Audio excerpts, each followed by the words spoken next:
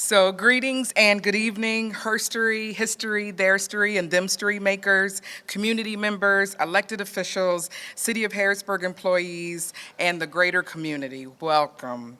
It is great to see each of you miracles here today, and we welcome you to the Reverend Dr. Martin Luther King Jr. Government Center.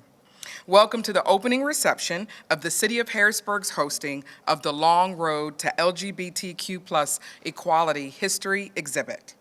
The city will host the exhibit here in the atrium through Wednesday, June 19th, 2019.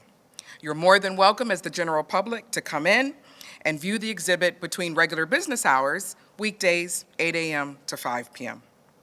I am Shashawn Dial, and I serve as the Director of Equity and Affirmative Action and the Staff Liaison to the Harrisburg Human Relations Commission.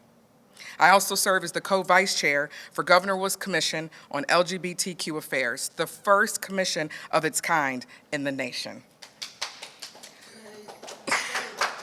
The best part of my role is working with the 9 commissioners of the Harrisburg Human Relations Commission. The 9 commissioners, in alphabetical order, are Commissioner Amanda Arbor, Commissioner Shay Banks, Commissioner Russell A. Boggs, who serves as our chair, Commissioner Kevin Burrell, Commissioner Valerie Kerlock, Commissioner Amanda Arbor, Commissioner Joshua Grubbs, Commissioner Kia Hansard, and Commissioner Gretchen Little, our vice chair. And I want to pay a special thank you to our chairman, Russell Boggs, for his leadership and his undying support of the HHRC's reinstatement, which happened in late 2017. So thank you, and can we give a round of applause to Russell?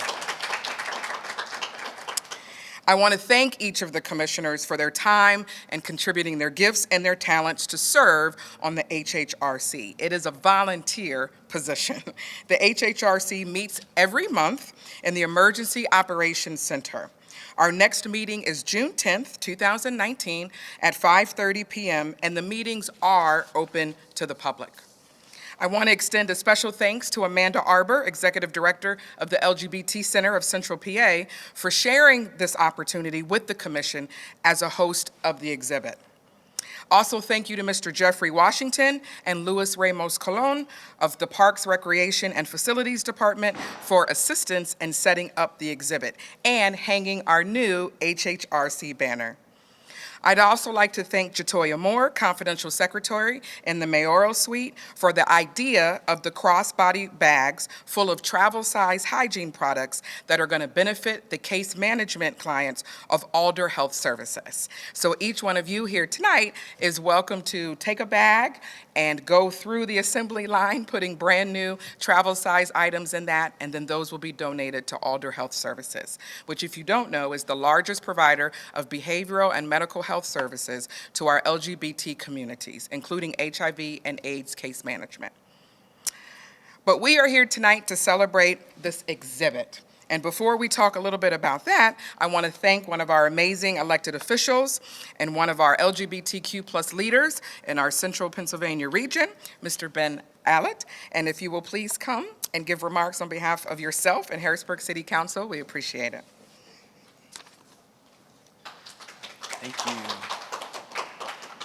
So I definitely want to take a minute first to thank the commission. I am thrilled, number one, that it's back in existence, but number two, to be able to promote the work of equality in our community. It's an interesting time of year as we kick off June, which is known throughout the world at this point as Pride Month, where we both celebrate and remember the strides that the LGBT community has made in the last 50 years. And it's one that is it's a mixed bag of emotions that get attached to it. There has been 2 steps forward, 1 step back throughout the existence of this movement. And I choose to celebrate where we've come. I recognize, even in light of the long road, that we are on a marathon, not a sprint, that this is something that takes time, it takes efforts, but it's actually really exciting for me to know that as we live in today, in 2019, that people who are LGBTQ and who identify as such can represent in government, in leadership, and it could be doctors, lawyers.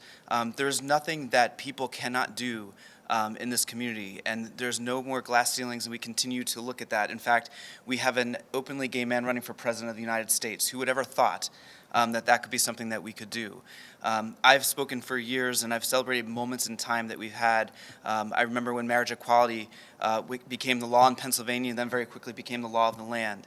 And we get to celebrate those moments, but I'd be reticent if we didn't take a minute to recognize the plight of our community still.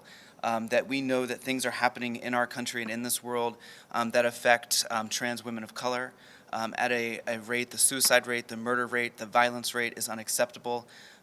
We cannot not move forward without taking a minute to realize the impact that has to our overall community. And we have to stand in solidarity as one community, look at the intersectionality of who we are, the journey that we're all on together, and realize that it is one that we do together. The communities that make up this LGBTQ++ environment is many, and it's one that we should choose to celebrate the diversity of that, but never forget the need to make it an inclusive one at that.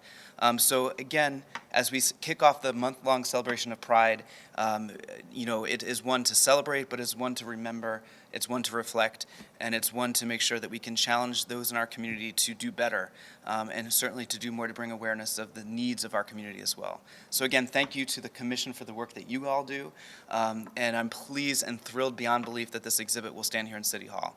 So thanks so much, and I'll turn it back to you, Shashan.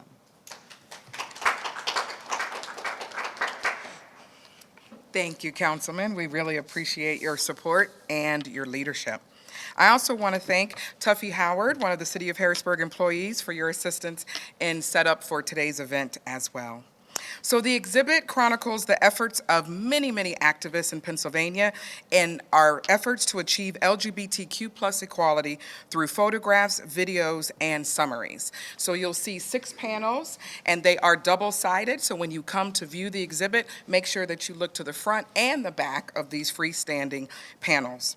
There are 3 copies of the exhibit that are traveling around the state of Pennsylvania. And this exhibit is a project of the Central Pennsylvania LGBT History Project.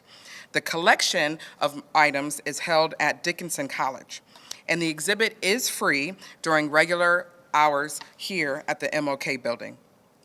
The exhibit is a self-guided tour, so you can enjoy it at your own pace.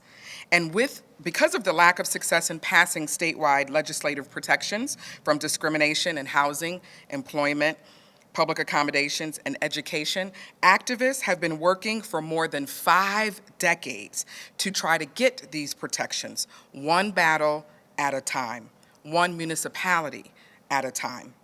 The exhibit uses case studies of several cities and townships to highlight just the political struggles and the personal stories of individuals.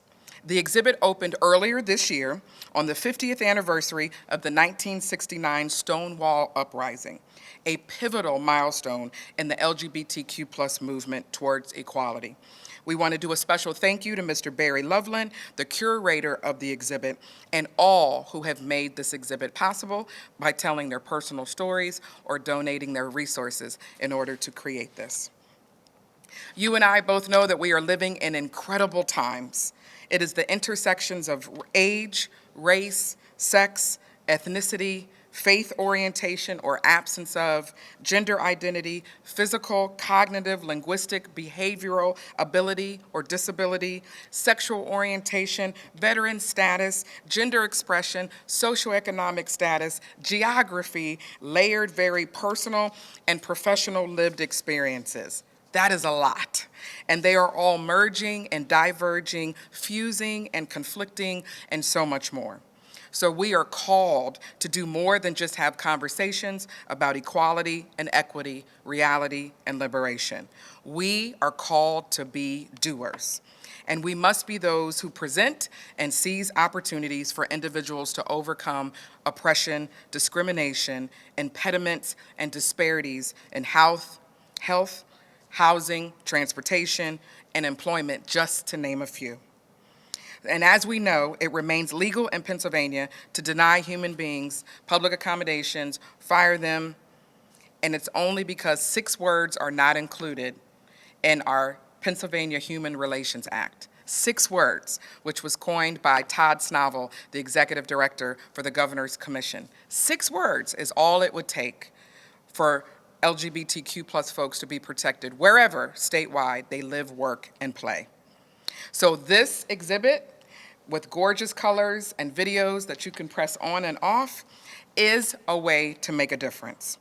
So again, we honor and welcome each of you miracles who took your time to be here today. And we welcome and encourage visitors, natives, and transients to come to the Reverend Dr. Martin Luther King Jr. City Government Center atrium. So we're going to enjoy more refreshments, assemble more bags for Alder Health Services, but we do want you to save the date and mark your calendar. Save the date for Tuesday, June 18th, for a closing reception here in the Martin Luther King atrium from 5 p.m. to 7 p.m. So again, June 18th, we'll have a closing reception, and please come and invite your friends, families, colleagues, everybody, because everyone is invited. The city will host this exhibit weekdays, again, 8 a.m. to 5 p.m., regular business hours until Wednesday, June 19th. So we hope that you continue to live, work, and play here in the city of Harrisburg. We thank you for the time to be here. We invite you to view this gorgeous exhibit. Happy Pride Month, and may travel mercies be abundant to and from within this great capital of Harrisburg, Pennsylvania. Thank you.